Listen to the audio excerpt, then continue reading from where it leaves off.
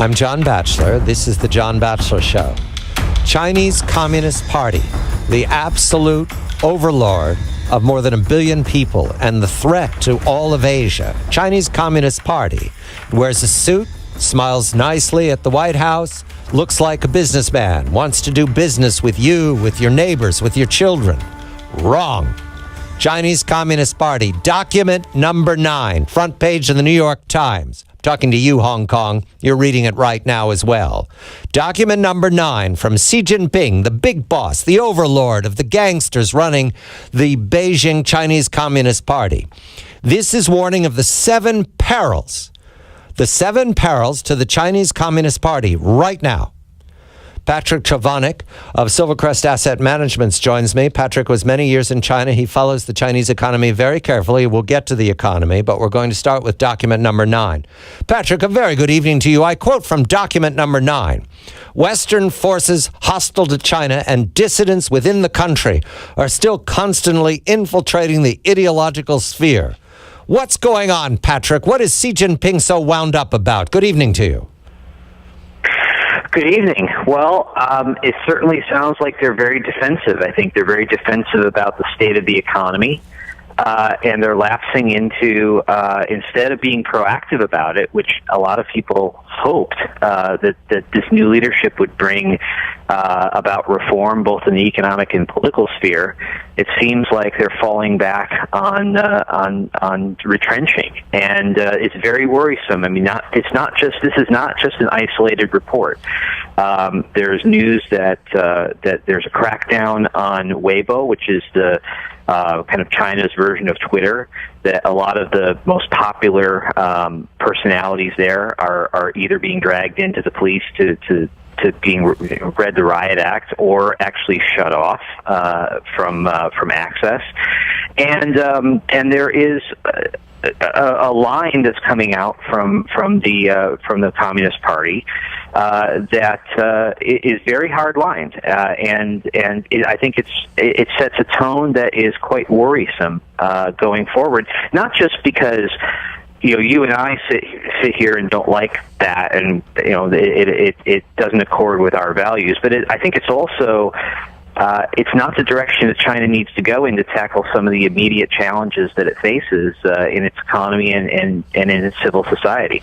The deputy head of propaganda for Hengyang, a city in Hunan, says promotion of Western constitutional democracy is an attempt to negate the party's leadership.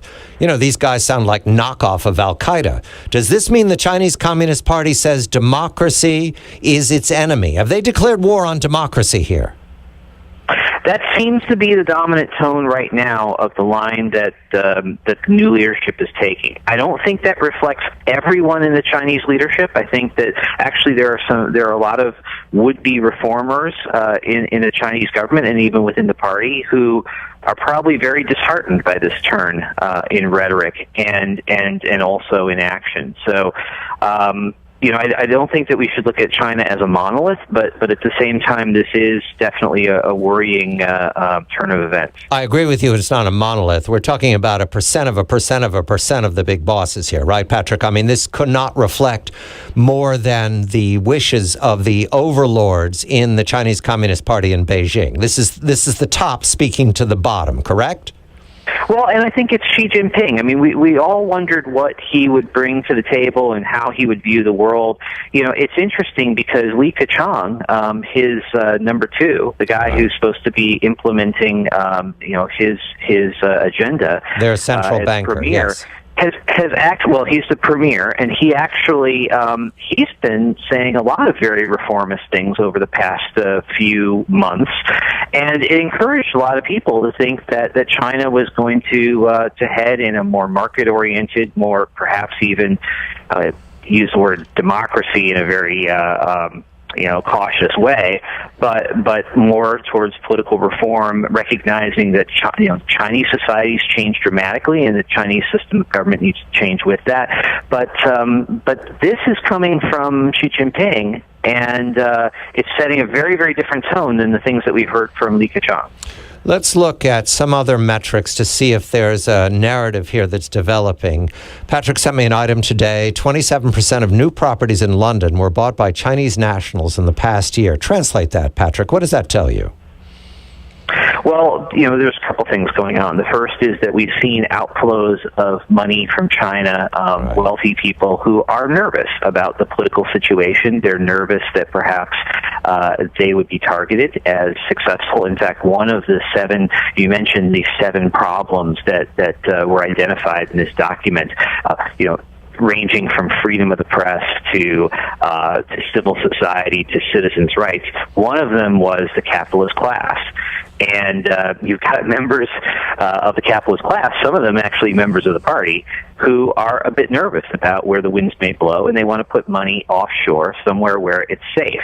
The other thing is they see the Chinese economy slowing down, and putting your money into property or putting your money back into your business in China may not look as attractive as it did. And so we haven't seen mass outflows of capital out of China, but we have seen a shift where money was flowing into China over the past decade. Now it's starting to flow out. And this item also, China steps up inspection as local governments swim in debt. What does that mean?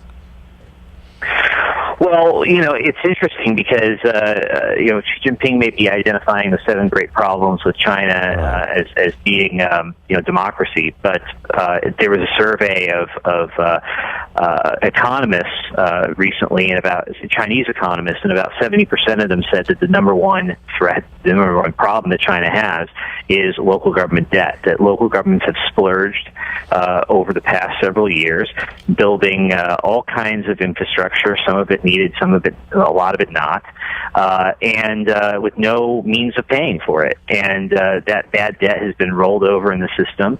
It is accumulating. It's dragging down the rest of the economy.